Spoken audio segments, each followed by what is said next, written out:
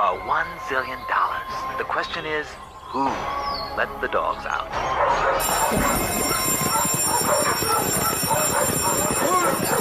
Who let the dogs out? Who let the dogs out? Who let the dogs out? Who let the dogs out? Who let the dogs out? Who let the dogs out? Who let the dogs out? Who let the dogs out? Thank you.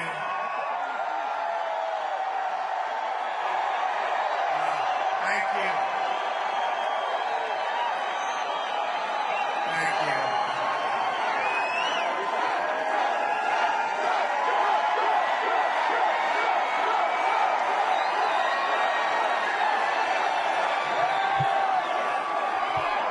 So the weather was really bad.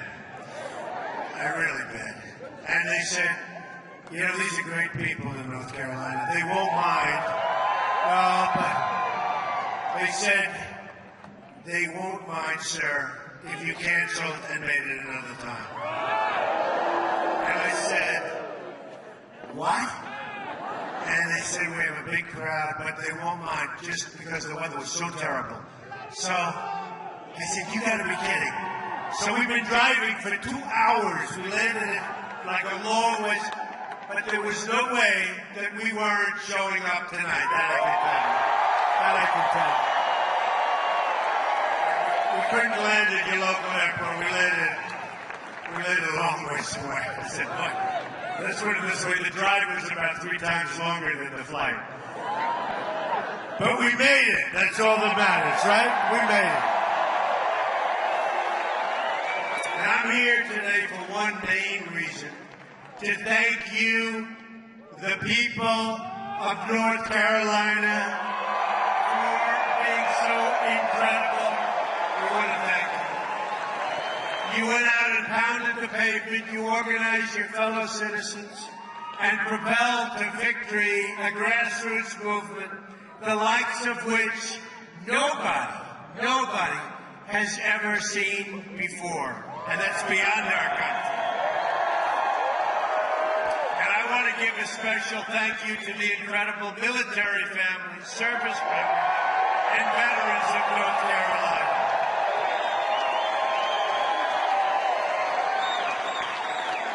And they were great. You saw what happened with the military. I got such numbers. Oh, those numbers are good. I won't talk about it. We don't talk about numbers. We bring people together. But boy, were those numbers good. And our veterans, do we love our veterans? We love them. Your state's legacy of service is an inspiration to us all. North Carolina has produced many of the finest soldiers, airmen, sailors, and Marines the world has ever seen. So true. Our men and women in uniform represent the absolute best of us. We must follow their example, working in unison toward a shared goal across every social, racial, and economic line. They understand that to accomplish the mission, we must all be pulling in the same direction. We have to get together. They know that we must leave no man or woman behind. These patriots have shed their blood to defend our country in distant fields of battle across the earth. Our debt to them is eternal and everlasting. Amazing. Amazing. And you know, we have a very special person here today who we're going to introduce.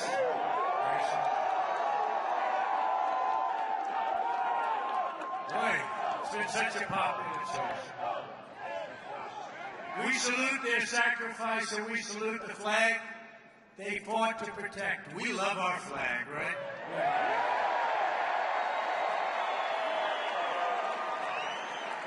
We love our flag. And we don't like it when we see people ripping up our flag and burning our flag. We don't like it. And we'll see what we're going to do about that, okay? We're going to see. Tomorrow is the 75th anniversary of Pearl Harbor. It's a milestone that marks the ultimate sacrifice of those who wear the great uniform. It's a reminder, too, of the valiant efforts of America's fighting men and women who have liberated millions from tyranny and oppression.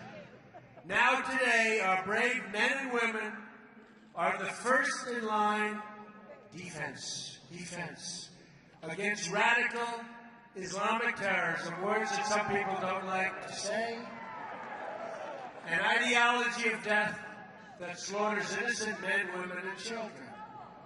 We're going to protect our people. We're going to protect our country, believe me. In every generation, a new threat to freedom arises. And just as we defeated these threats, we faced generations in the past, and you understand that, so too will we defeat the forces of terrorism. It's unseen in many cases, but we're going to defeat that force. And we're going to defeat it strongly and quickly. We will prevail. We stand here today just miles from Fort Bragg, the home of heroes. The home of heroes. Our special forces at Fort Bragg have been the tip of the spear in fighting terrorism. The motto of our Army Special Forces is to free the oppressed. And that is exactly what they have been doing and will continue to do. At this very moment, soldiers from Fort Bragg are deployed in 90 countries around the world. Can you believe that? 90 countries. Based in Fort Bragg is the 82nd Airborne Division, also known as the All-American Division. We stand in awe of their achievements. We really do. Not far from here sits 45% of the entire United States Marine Corps at Camp Lejeune. I've been to Camp Lejeune. We love Camp Lejeune. 12,000 citizen soldiers fill the ranks of the North Carolina Army and Air National Guard. The National Guard rushed to the scene to help the victims of Hurricane Matthew and so many other catastrophes. And we continue to send our thoughts and prayers to those recovering in its wake. The military families in North Carolina are a national treasure, and it will be the duty of my administration to ensure that we protect those who protect us. And I just want to tell you that we are going to be taking care of our veterans. And I'm right now working. These are great, great people. And they haven't been treated fairly. And I'm right now working on picking the people that are going to be helping our veterans, and they are really outstanding. We have some of the great people, and a lot of people that are making great sacrifices to do this. But they're going to be unbelievable. You're going to see such a change. You're going to see such a change like you've never seen before. We're going to protect and help our veterans. Believe me.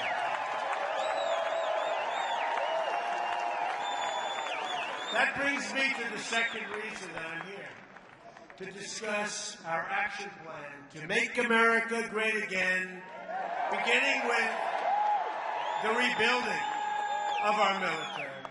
And we will. You're going to see it. I'm so looking forward, probably next week, you're going to see what we're going to do to take care of our vets. It's going to be announced. A lot of things are going to be announced. Stay tuned, folks. Here are the priorities that will guide our military and veterans policy. All men and women in uniform will have the supplies, support, equipment, training, services, medical care, and resources they need to get the job done incredibly well and perfectly. You watch.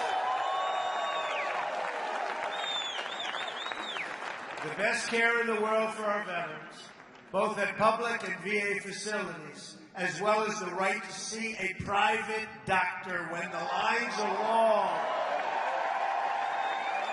I've been saying this for the last year and a half. You know, people are waiting in line for 7 days, 8 days, 9 days. Longer. He just said longer. Longer than that.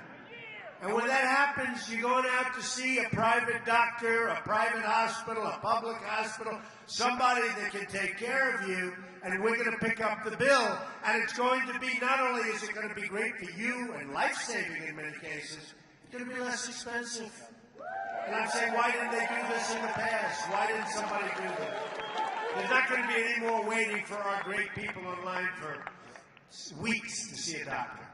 And finally, a commitment to only engage the use of military forces when it's in the vital national security interests of the United States. We don't want to have a depleted military because we're all over the place fighting in areas that just we shouldn't be fighting in. We're going to have such a strong, powerful military. It's not going to be depleted any longer. I mentioned equipment previously, and I said equipment. We're going to have the finest equipment in the world.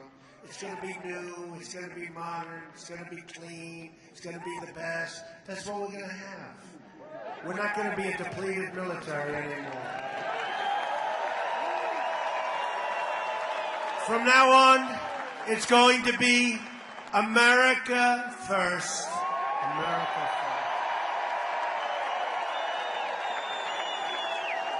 We will stop racing to topple foreign, and you understand this, foreign regimes that we know nothing about, that we shouldn't be involved with. Instead, our focus must be on defeating terrorism and destroying ISIS. And we will. Any nation that shares these goals will be our partner in this mission. We won't forget. We want to strengthen old friendships and seek out new friendships. Rather than a rigid dogma, we're guided by the lessons of history and a desire to promote stability all over, and strength in our land. This destructive cycle of intervention and chaos must finally, folks, come to an end. We've spent, at last count, $6 trillion in the Middle East. And our roads have potholes all over. Our highways are falling apart. Our bridges are falling. Our tunnels are no good. Our airports are horrible, like third world countries. We got to start spending on ourselves. But we've got to be so strong militarily, like we've never, ever been before. Remember that. Like we've never been before. We seek harmony and goodwill among the nations of the world. And we believe that respect for mutual sovereignty helps form the basis of trust and understanding. But we don't want people taking advantage of us anymore. We don't want countries taking advantage of us anymore. We don't want that. We don't want that. We want to be the smart people. We don't want to be what we've been over the last long period of time. We build up our military not as an act of aggression, but as an act of prevention. We pursue and build up arms not in order to seek conflict, but in order to avoid conflict. We want to be strong. In short, we seek peace through strength.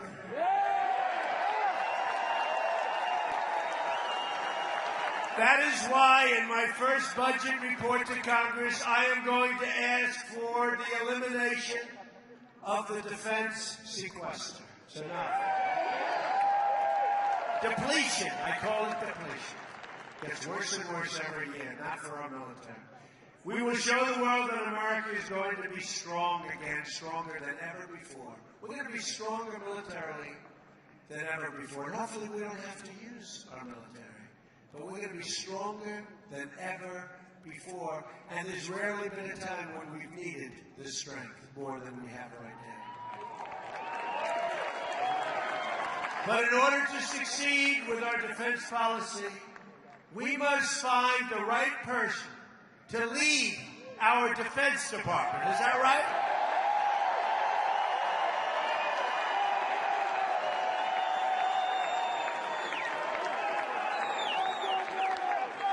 This is why I'm proud to formally announce today my intention to nominate General James Mad Dog Mattis as the next Secretary of Defense for the United States of America. Jim is a Marine Corps four-star general, the former commander of U.S. Central Command and NATO's Supreme Allied Commander. For transformation, this is going to be so great for us. He led an assault battalion in Operation Desert Storm. And you saw what that happened. That was the way you're supposed to lead it. There was no games. Mad Dog plays no games, right? Led the forces that went after the talent and commanded the 1st Marine Division in Iraq. He is one of the most effective generals that we've had in many, many decades. An extraordinary leader of our time who has committed his life to his love for our country. General Mattis is the living embodiment of the Marine Corps motto, Semper Fidelis, always faithful.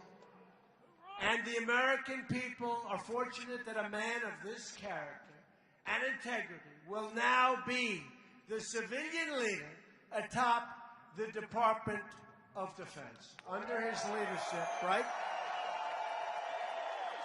Under his leadership, such an important position, we will rebuild our military and alliances, destroy terrorists, face our enemies head on, and make America safe again.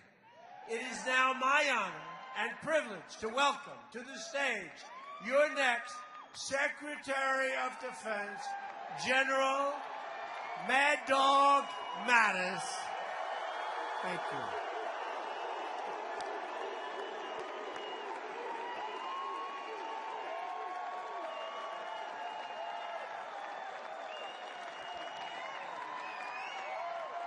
Thank you. Thank you, ladies and gentlemen.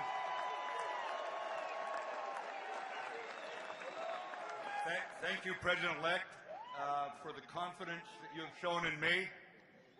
Thank you for the opportunity. I'm grateful for the opportunity to return to our troops, their families, the civilians of the Department of Defense, because I know how committed they are and devoted they are to the defense of our country, the defense of our Constitution. And with our allies strengthened, with our country strengthened, I look forward to being the civilian leader so long as the Congress gives me the waiver and the Senate votes to consent. Thank you very much.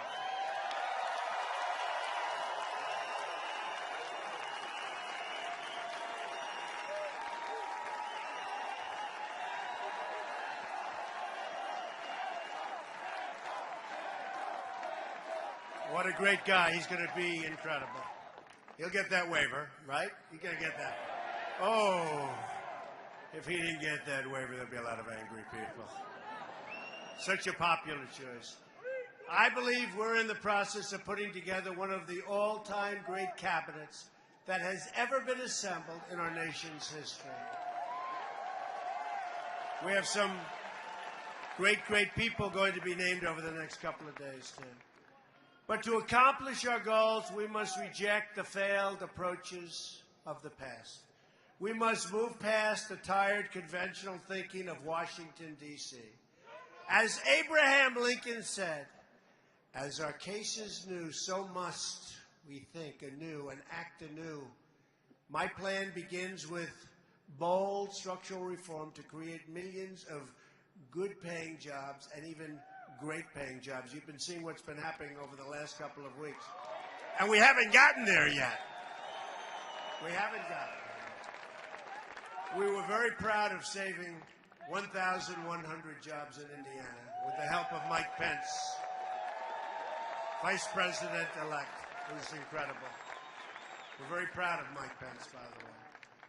Whether it's producing steel, building cars, or curing disease, we want the next generation of innovation and production to happen right here in America and right here in North Carolina.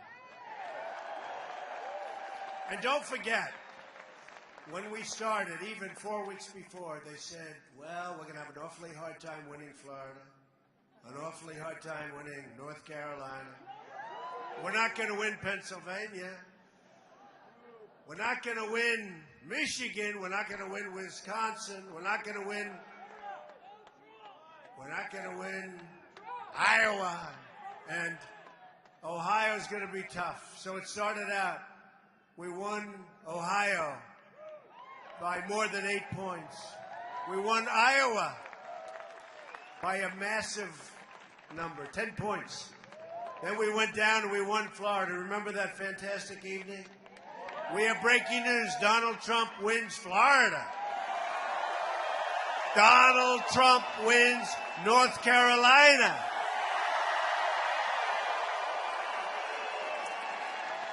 We won so many states. We won 30 states, 32 states. We won so much, and we just kept winning. And then we topped it off by winning Pennsylvania, winning Michigan, winning, right? Winning Wisconsin. States that hadn't been won in 38 years. A lot of states. And it was a fantastic evening, and that's why we're here tonight, because we want to thank you. We want to thank you, especially. First, on taxes. We're going to undertake one of the great tax reforms and simplifications in American history. This includes lowering the tax rate on business from 35% all the way down to 15%.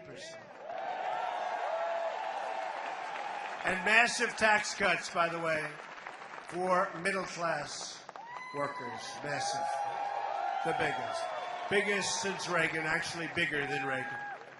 On regulations, we're going to eliminate every single wasteful regulation that undermines the ability of our workers and our companies to compete. The regulation business is a disaster in our country. We're going to get rid of all of the unnecessary regulations. On energy, we will cancel the job-killing restrictions on the production of American energy and pursue American energy independence, and we'll be able to do it. Honoring the legacy of Theodore Roosevelt, believe it or not, one of our great environmentalists, we will also conserve and protect our beautiful natural resources for the next generation, including protecting lands and anglers and hunters and all of those who enjoy the outdoors, like my sons, Don and Eric. They enjoy the outdoors.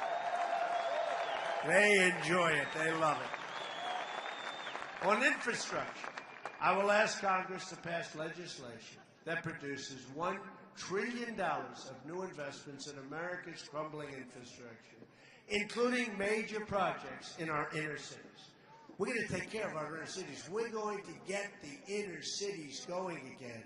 Remember, I used the expression, what the hell do you have to lose? I'm telling you, you're going to see. And I want to thank, we did so well, so much better with African-American communities, with Hispanic communities than anybody ever anticipated. So much better. Better than has taken place in years back. So I want to thank the African-American communities. I want to thank the Hispanic communities. And we're starting to work already. We're working already. And the appointment today of Ben Carson has been very popular, very well received. Dr. Ben Carson. Good guy. Great guy. We will have two simple rules when it comes to rebuilding this country. Buy American and hire American. All right? Buy American. On trade, our trade deficit now nearly $800 billion a year. We have a deficit, think of it, of almost $800 billion a year. You always say, who's negotiating these deals? Is a chronic drag on the growth and a destroyer of jobs and wealth in our country. In the month of October alone, our nation racked up more than $40 billion in trade deficit. $40 billion, including more than a $30 billion trade deficit with China alone. All right? Think we're doing a good job at negotiating? I don't think so. How many business people do we have in this audience that could have done a slightly better job of negotiating, right? Yeah, you can. North Carolina has lost nearly half of its manufacturing jobs since NAFTA. America has lost 70,000 factories. Think of it, 70,000 factories since joining the World Trade Organization. Or think of it. So China joins the World Trade Organization, and since that time, we've lost so much. 70,000 factories. We're living through the greatest jobs theft in the history of the world. There's never been a jobs theft like what's happened to this country. And we stopped some of it a little bit because we just started, but we haven't really started because we don't really start till January 20th, but we're stopping. And one of the wealthiest men in the world, you saw it today, maybe, did anybody see it? Masa, right? Masa, great guy of Japan. He's pledged that he's going to put $50 billion into the United States because of our victory. He wasn't investing in our country. 50 billion. 50,000 jobs. 50,000 jobs he's going to be investing in. He's a great guy.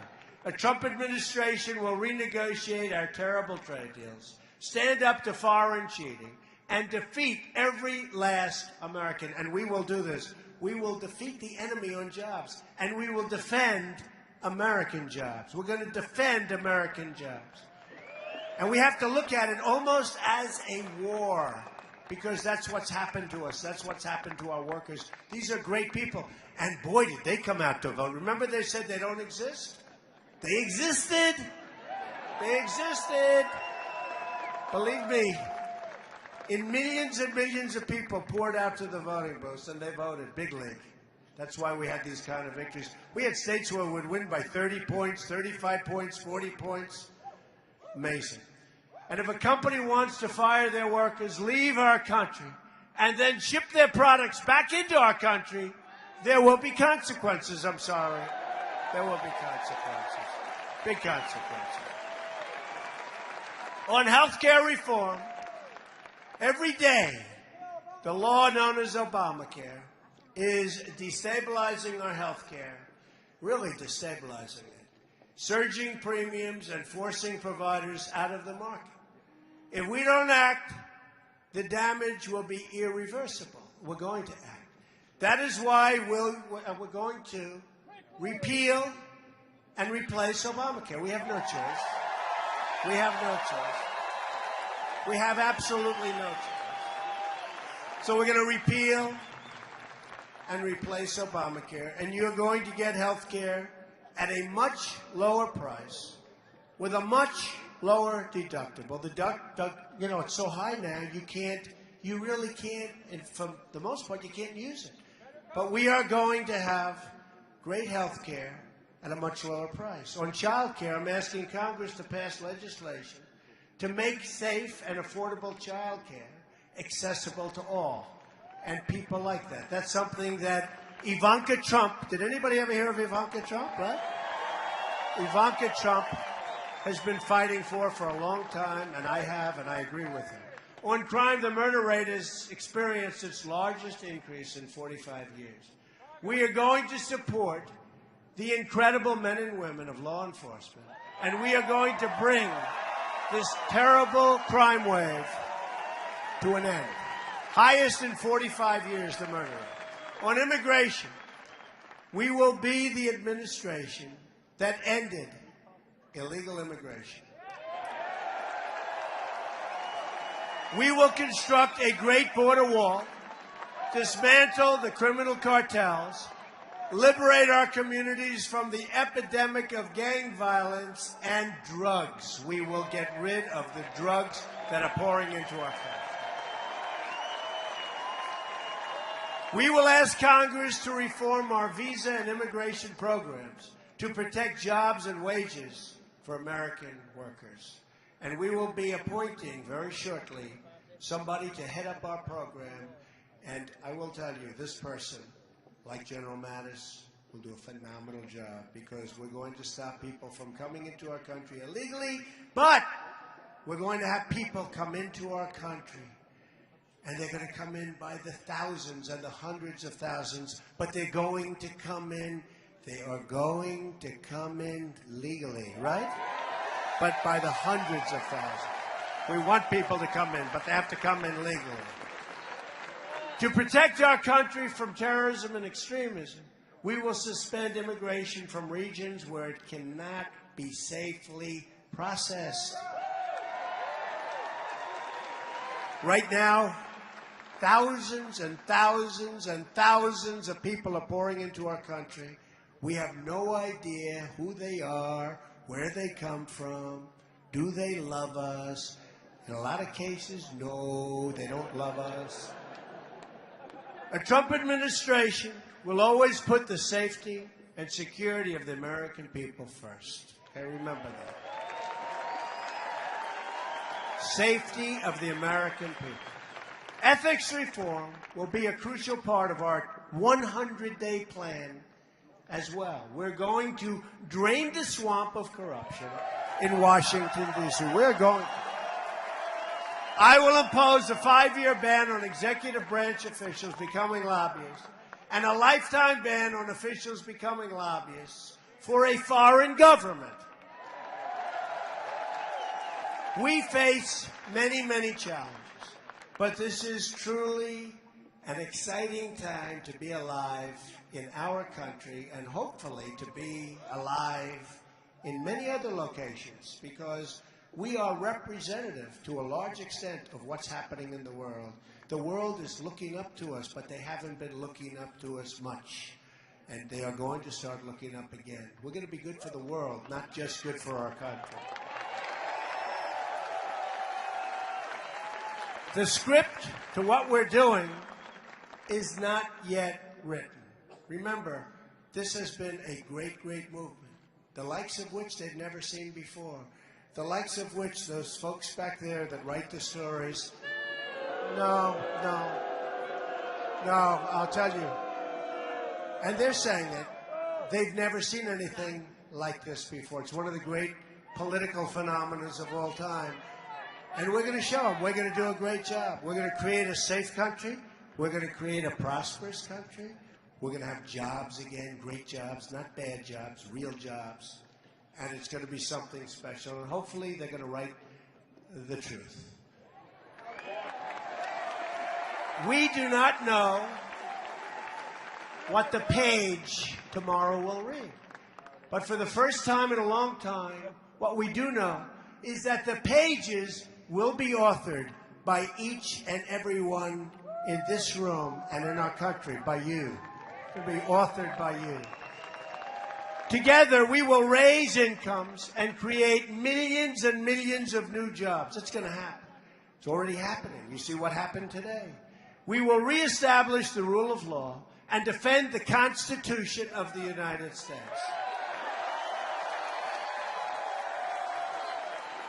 And by the way, we will be appointing great, great Supreme Court justices, you said. We'll be starting very soon with one to replace Justice Scalia. Great man. We will protect the right of every American to live in safety and peace. We will restore and respect, and we will respect people's rights. We will respect constitutional rights. And for all America, we will respect our great American flag again. Believe that. We will heal our divisions and unify our country. When Americans are unified, there is nothing we cannot do. Nothing. No task is too great, no dream too large, no goal beyond our reach. My message tonight is for all Americans, from all parties, all beliefs, all walks of life. It's a message for everyone. No matter your age, your income, your background, I'm asking you to join us in this great, adventurous world that we're living in. We're going to make it less adventurous. We're going to make it safer and better than it's ever been before. I'm asking you to dream big again as Americans. I'm asking you to believe in yourself, to believe in your country, and to believe in your future. So we've got a great future. What I've seen more than anything else is how great the future of our country is going to be. And if we do that, then all together, we will make America strong again, stronger than ever before. We will make America rich again. A lot of people don't like the sound of that, but we need that to take care of our military, to take care of our veterans, to take care of all of the things that we have to. We're going to be a rich nation again. We're going to be a wealthy nation again. We're going to make America.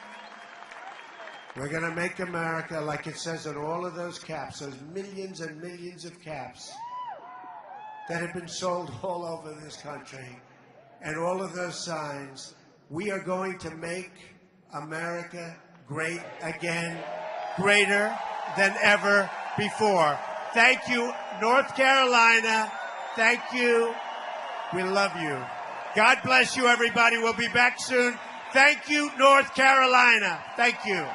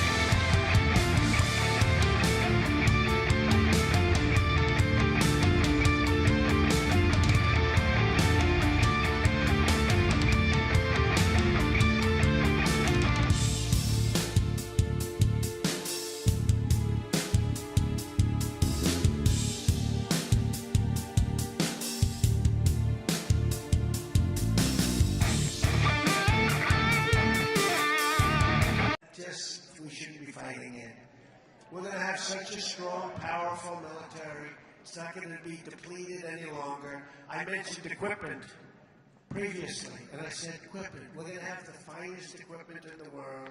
It's going to be new. It's going to be modern. It's going to be clean. It's going to be the best. That's what we're going to have. We're not going to be a depleted military anymore. From now on, it's going to be America first. America first.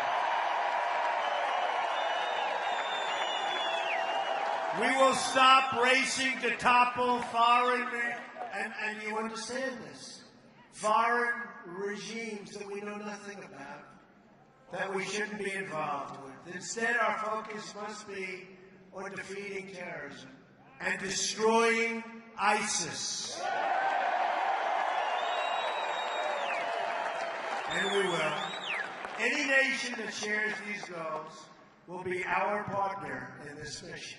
We won't forget. We want to strengthen old friendships and seek out new friendships. Rather than a rigid dogma, we're guided by the lessons of history and a desire to promote stability all over, and strength in our land. This destructive cycle of intervention and chaos must finally, folks, come to an end.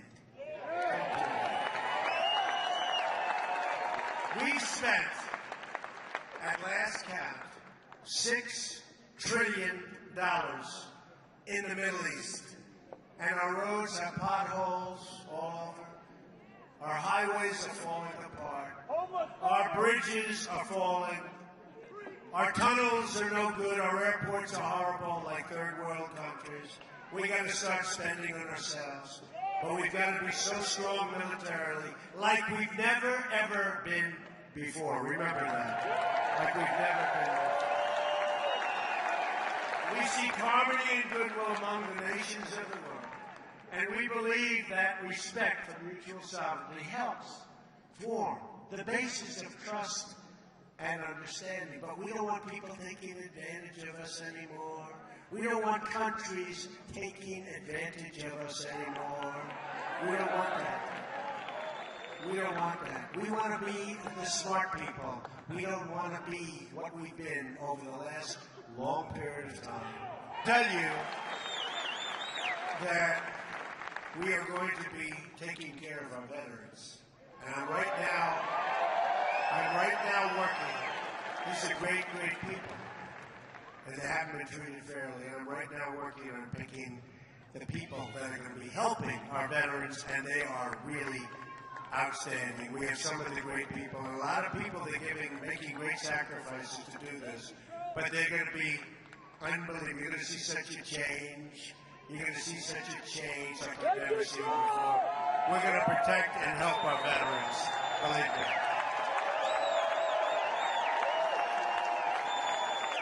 That brings me to the second reason that I'm here, to discuss our action plan to make America great again, beginning with the rebuilding of our military.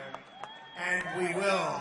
You're going to see it. I'm so looking forward, probably next week, you're going to see what we're going to do to take care of our vets. It's going to be announced. A lot of things are going to be announced. Stay tuned, folks. Here are the priorities that will guide our military and veterans policy. All men and women in uniform will have the supplies, support, equipment, training, services, medical care, and resources they need to get the job done incredibly well and perfectly. You watch. The best care in the world for our veterans, both at public and VA facilities, as well as the right to see a private doctor when the lines are long. I've been saying this for the last year and a half. You know, people are waiting in line for 7 days, 8 days, 9 days. Longer. He just said longer. Longer than that. And when that happens, you're going out to see a private doctor, a private hospital, a public hospital, somebody that can take care of you, and we're going to pick up the bill. And it's going to be, not only is it going to be great for you and life-saving in many cases, it's going to be less expensive. And I'm saying, why didn't they do this in the past? Why didn't somebody do this? There's not going to be any more waiting for our great people in line for weeks to see a doctor. And finally, a commitment to only engage the use of military forces when it's in the vital national security interests of the United States. We don't want to have a depleted military because we're all over the place fighting in areas that...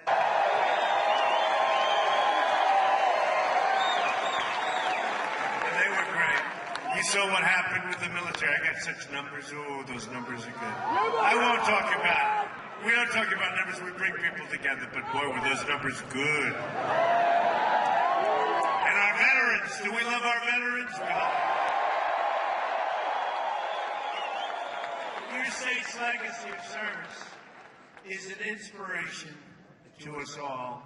North Carolina has produced many of the finest soldiers, airmen, sailors, and Marines the world has ever seen. So true. Our men and women in uniform represent the absolute best of us. We must follow their example, working in unison toward a shared goal across every social, racial, and economic line. They understand that to accomplish the mission, we must all be pulling in the same direction. We have to get together. They know that we must leave no man or woman behind. These patriots have shed their blood to defend our country in distant fields of battle across the earth. Our debt to them is eternal and everlasting. Amazing. Amazing. And you know, we have a very special person here today who we're going to introduce. Person. Boy, it's been such a popular choice. We salute their sacrifice and we salute the flag they fought to protect. We love our flag, right?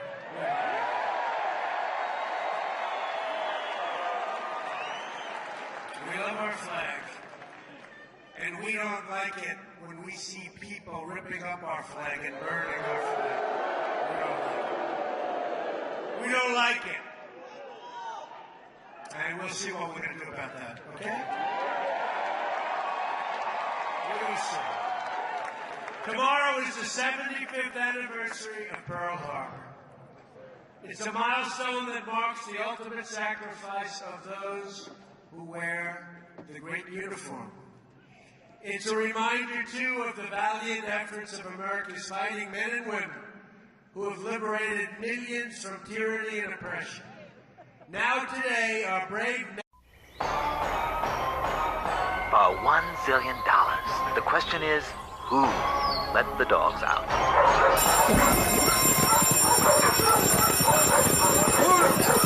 Who let the dogs out? Who let the dogs out? Who let the dogs out? Who let the dogs out? Who let the dogs out? Who let the dogs out? Who let the dogs out? Who let the dogs out? Thank you.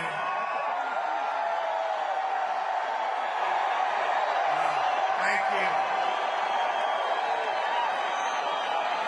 Thank you.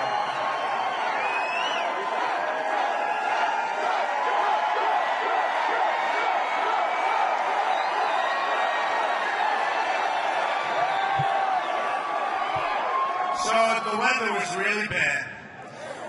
Really bad. And they said, you know, these are great people in North Carolina. They won't mind. Well, but they said they won't mind, sir, if you canceled and made it another time. And I said, what? And they said, we have a big crowd, but they won't mind just because the weather was so terrible. So I said, you gotta be kidding. So we've been driving for 2 hours. We landed at like a long ways, but there was no way that we weren't showing up tonight. That I can tell you. That I can tell you. We couldn't land at your local airport. We landed a long ways away. I said, look, let's put it this way. The drive was about 3 times longer than the flight. But we made it. That's all that matters, right? We made it. And I'm here today for one main reason, to thank you, the people of North Carolina, for being so incredible. We want to thank you. You went out and pounded the pavement, you organized your fellow citizens, and propelled to victory a grassroots movement, the likes of which nobody has ever seen before. And that's beyond our country. And I want to give a special thank you to the incredible military families, service members, and veterans of North Carolina. Men and women are the first in line defense against radical Islamic terrorism, words that some people don't like to say, an ideology of death that slaughters innocent men, women, and children. We're going to protect our people. We're going to protect our country, believe me. In every generation, a new threat to freedom arises. And just as we defeated these threats, we faced generations in the past, and you understand that, so too will we defeat the forces of terrorism. It's unseen in many cases, but we're going to defeat that force. And we're going to defeat it strongly and quickly. We will prevail. We stand here today just miles from Fort Bragg, the home of heroes. The home of heroes. Our special forces at Fort Bragg have been the tip of the spear in fighting terrorism. The motto of our Army Special Forces is to free the oppressed. And that is exactly what they have been doing and will continue to do. At this very moment, soldiers from Fort Bragg are deployed in 90 countries around the world. Can you believe that? 90 countries. Based in Fort Bragg is the 82nd Airborne Division, also known as the All-American Division. We stand in awe of their achievements. We really do. Not far from here sits 45% of the entire United States Marine Corps at Camp Lejeune. I've been to Camp Lejeune. We love Camp Lejeune. 12,000 citizen soldiers fill the ranks of the North Carolina Army and Air National Guard. The National Guard rushed to the scene to help the victims of Hurricane Matthew and so many other catastrophes. And we continue to send our thoughts and prayers to those recovering in its wake. The military families in North Carolina are a national treasure, and it will be the duty of my administration to ensure that we protect those who protect us. And I just want to